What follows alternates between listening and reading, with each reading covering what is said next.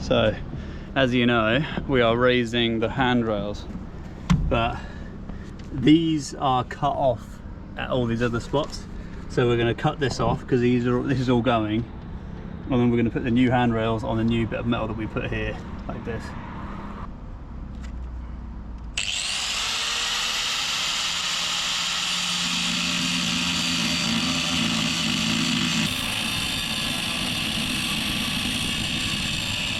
So I've just done this, look.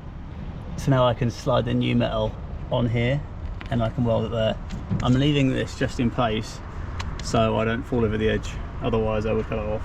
Both that one there and that one there cut. I'll cut another one down there later on, but as you can see, the stay has to be moved. So I'm going to take this stay off, or I'm going to loosen both of them and then take this one off. We do have these two in the middle that should hold the mast okay.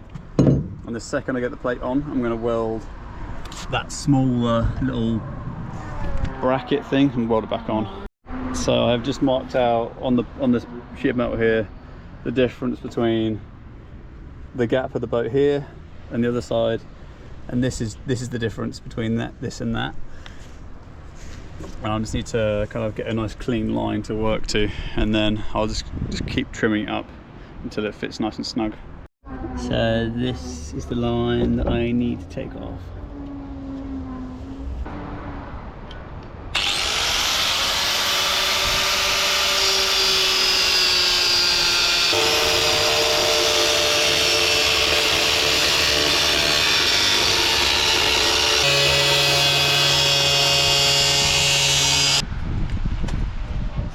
Go.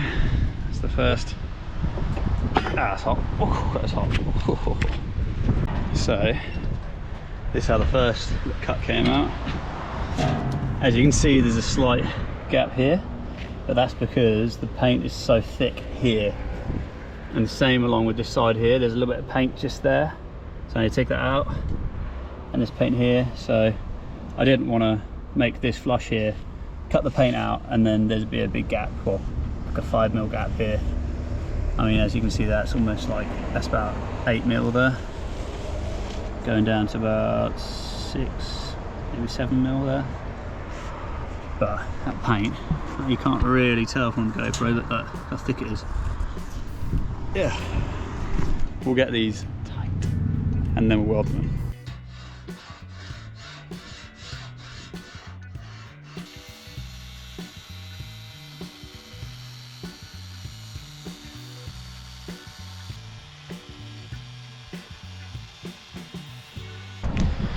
So I'm not sure if anyone has realised, but this is actually 3mm steel. The reason we didn't go with the 4 like I thought, so I took a little cut, and these side panels are actually 4mm. No, sorry, they're actually 3mm. So this is 3mm sheet, and I didn't want to put, I did kind of like started lifting the 4mm sheet, and I was like, should we just replace the 3mm with the 4mm?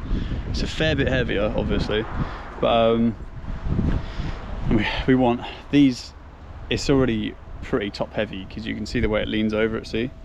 But we should be making it a fair bit lighter, because whilst we're taking out this bottom panel, which is essentially what we're putting back in, we are taking out all this extra steel down here. But this stuff is 4mm. That's 4mm, that's 3mm. So I'm not too sure why they've changed the thicknesses.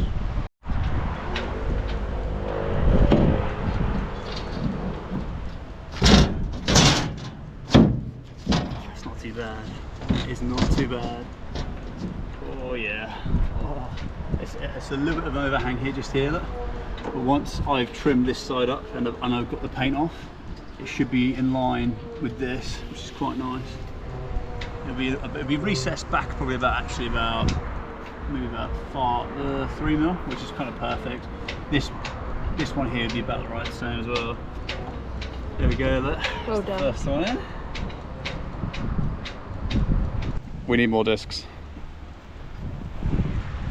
Been a nice day though, eh? Mm-hmm. So we got the first panel in, and we have a total of, I think it's 3 and a bit, 3.5. So like, I don't know what percentage that would be. 15 some way there.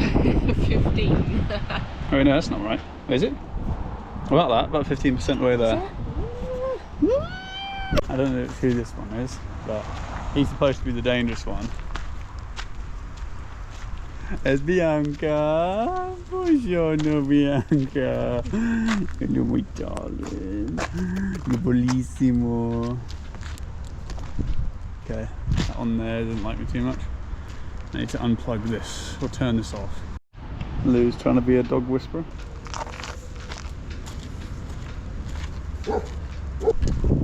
Just spotted a baby trimaran, and I know that because of Sailing the Vagabond. What do you say? Because of, how do you know that? Because of Sailing the Vagabond. Yeah. Oh, this one folds out though. That's quite cool. Oh.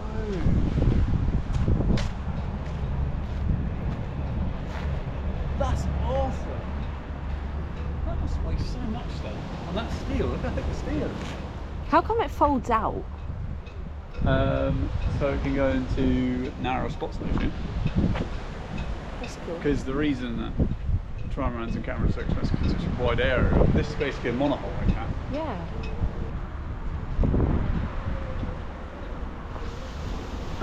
Alright, struck out. Lou wants a coffee.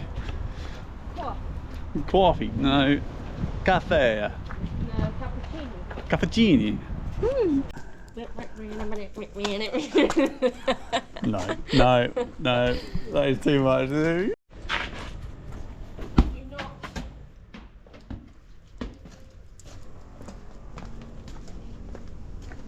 Oh dear. Careful, Lou. Go on, bend it like Beckham. Call me David.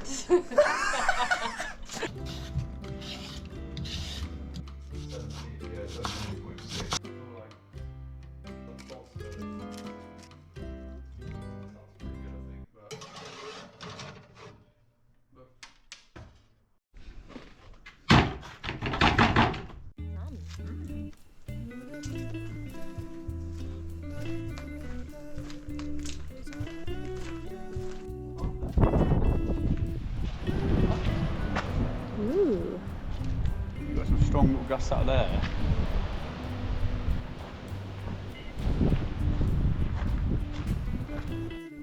Go on. It's almost done. I'm gonna slip.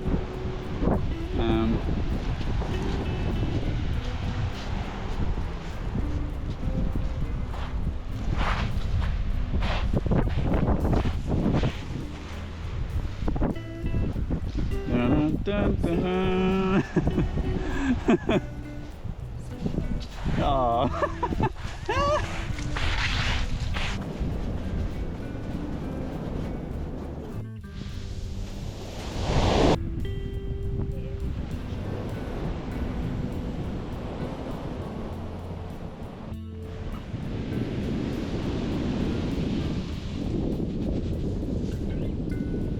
Watch out.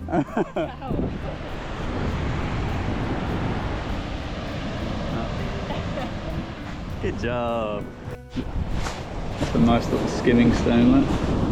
Let's see what Lou can do with it. I know the sea doesn't really work with skimming, but go on, Lou. Good job. So, I'm not too sure if any of you guys remember, when we first came out of the Messina Straits, we had a marlin that jumped out right next to the boat. It was absolutely amazing, but that's obviously the Messina Straits way.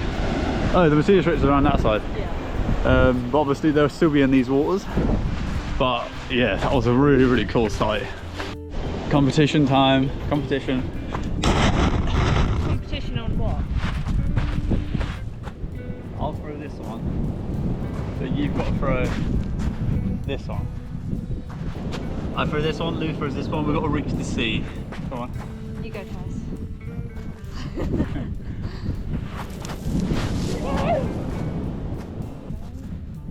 Go on.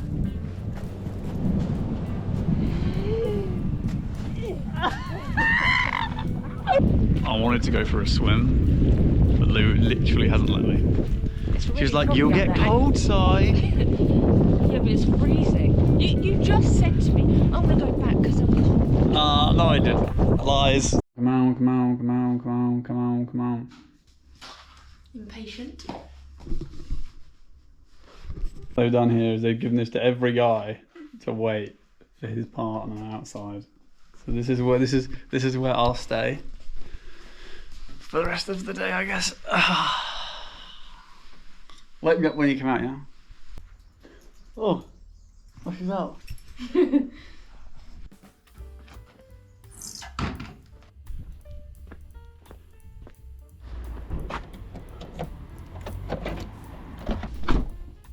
Are you ready? I'm ready. What are we doing today, Lulu? You are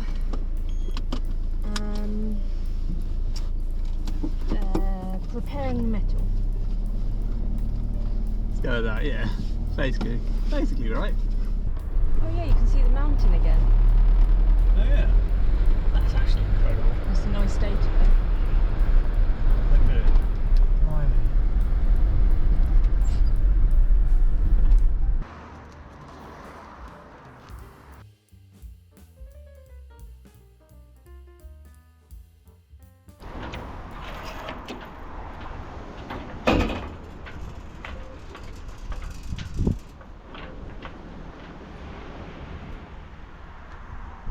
Cool.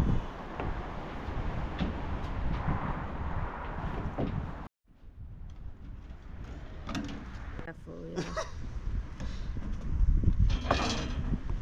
What's your plan for today? We've got the first board cut in, so we need it's nice and snug. I just need to get the second one in and the third one, and maybe take the stay off for tomorrow because we're welding tomorrow. So I've been able to get both the first panel and the second panel cut to the shape of the hole. I've got to go for the third one now. I actually allowed for 3.5 panels because I measured it as 3 meters from the top there to the top here. I measured it as 3060.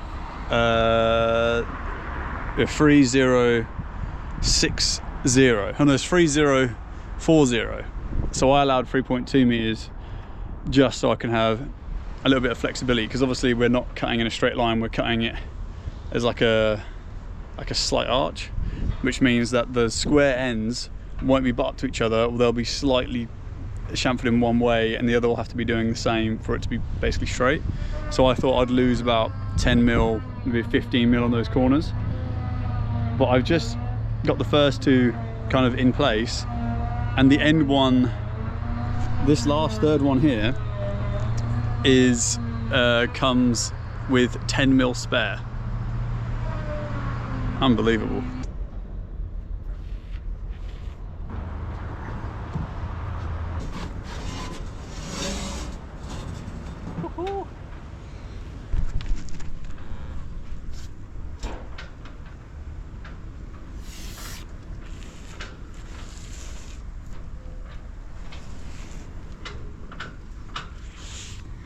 There's a gap just here, but I'm not sure if you can tell, but it's because the boat dips in a bit.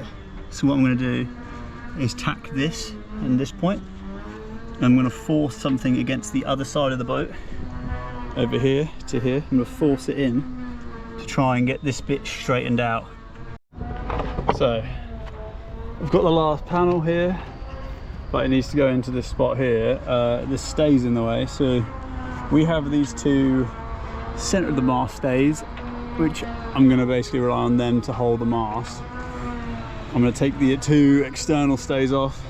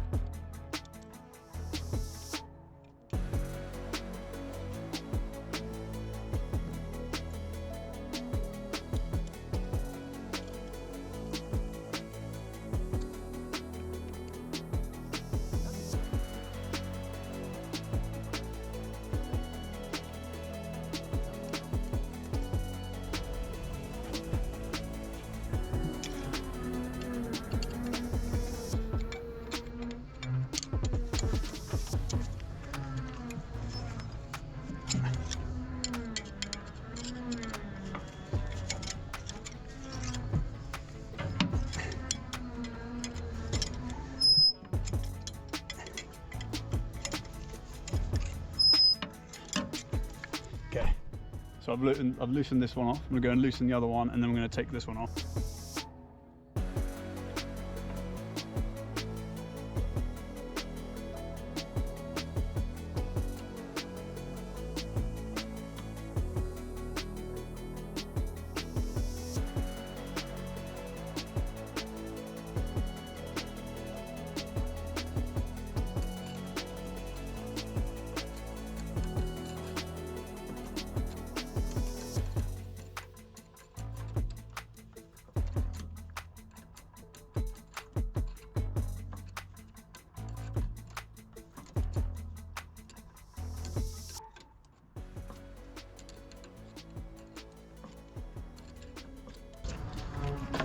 Alright, cool. I can clearly feel that's now a lot looser. Yeah. So now it's just these. So I know there's a lot of old boys who watch this channel who know everything. So this isn't for you. This is for those who are learning. Like my little brother, he watches them, but he has no idea what I'm saying. So, oh, I just kicked a screw off the end. What kind of screw is that?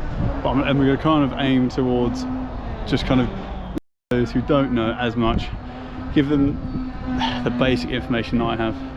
So we have these two center stays which hold the middle of the mast, which I got told to stop it from kind of like vibrating in strong winds.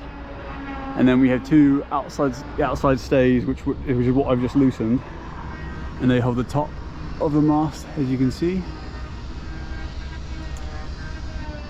So yeah, this one has been loosened, this one has been loosened. I'm now going to take this one off. I know my terminology isn't the best, but I try, hey.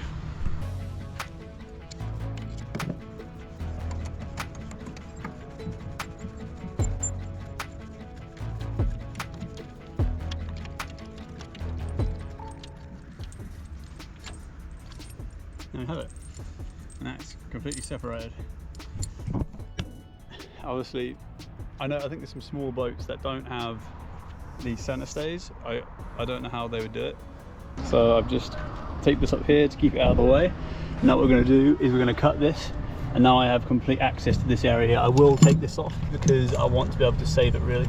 I just was talking to that guy, and I said, like, he was doing a good job, and I went, lavorando is buonissimo, and I just basically said his work was delicious.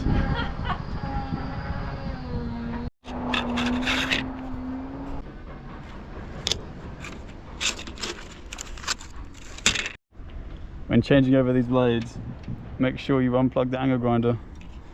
You don't want to find out what happens.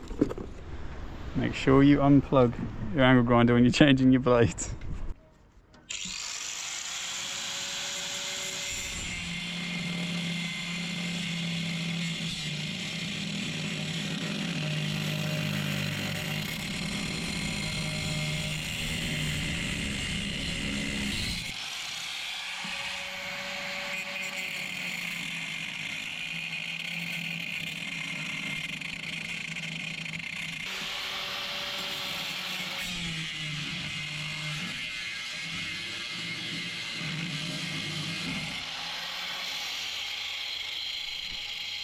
For those who missed it in a few episodes ago, we're removing all of these railings because this is where we're standing and that's the railing. It's like not even knee height, so it's pretty dangerous. And not only that, we're raising the height now. We're raising the height to there, so yeah, you if anything, it's just a trip hazard. So we're removing the railings and we're going to raise them a lot because I don't want to fall. I don't want Lou to fall off, and I don't want to fall off. You can kind of see what we're doing now. This is the height it's going to be working at. So what I've got to do is I've just got to, I can't see where the end of the chisel is because it's set up, but I've got to scribe this in here. This is what I've done with all the others, and then once I've scribed this in, I can then push it tight and then score the outside. I don't want to do that first because it will be too far in, so score the internal and then the outside.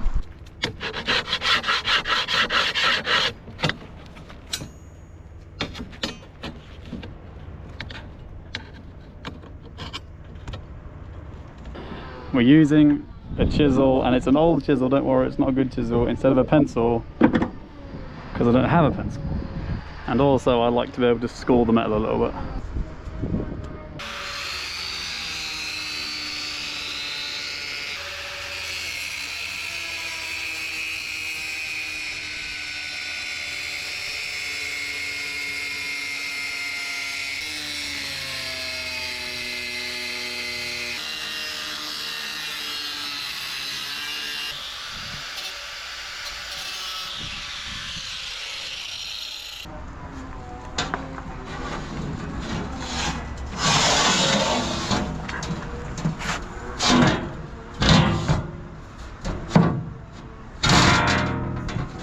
No.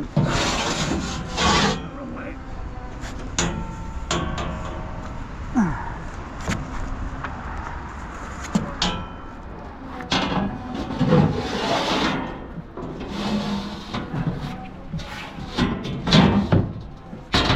There we go.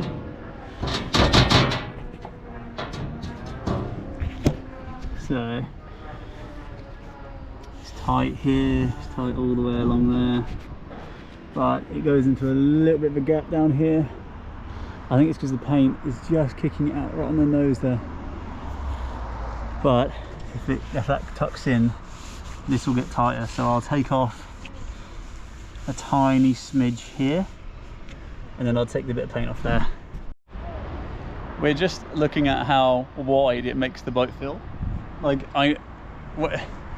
basically the thing is, when we were sailing, we never walked down there. No, because you had to step down in a weird way. So we always came up here, we would hold the boom and we would walk down this way trying to avoid the solar panels. So it was never a safe way of getting from here to the mast, and the mast is where we have to do all raising of sails or dropping of sails, and of course we have hanked sails.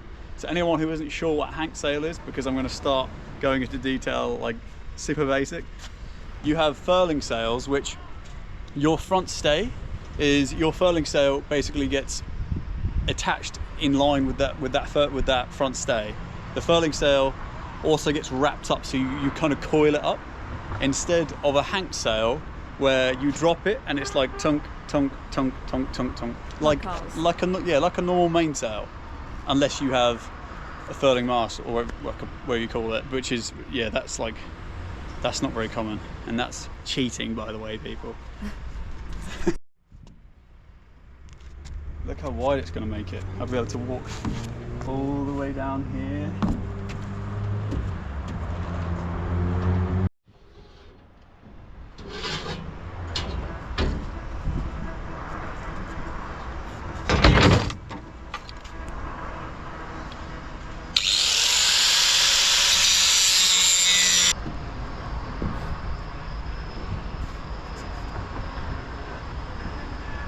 That is tight. That is literally as good as you can get it, really. I know that the weld will make up for any small gaps, but I think that if the foundation is basically bang on anyway, I shouldn't have to make up with blodgy welds. But Luke just said I'm excited. I am excited. I'm about to go and pick up the welder from Giuseppe. So I'm going to drop it in the van, and then we can start in the morning. I'm excited.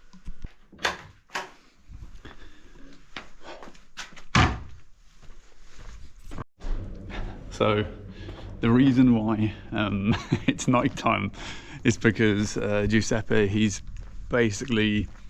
was working, so he had to bring the welder over to us after he finished work. It's not like some weird dealing of the welder, even though it does feel like it a little bit. But no,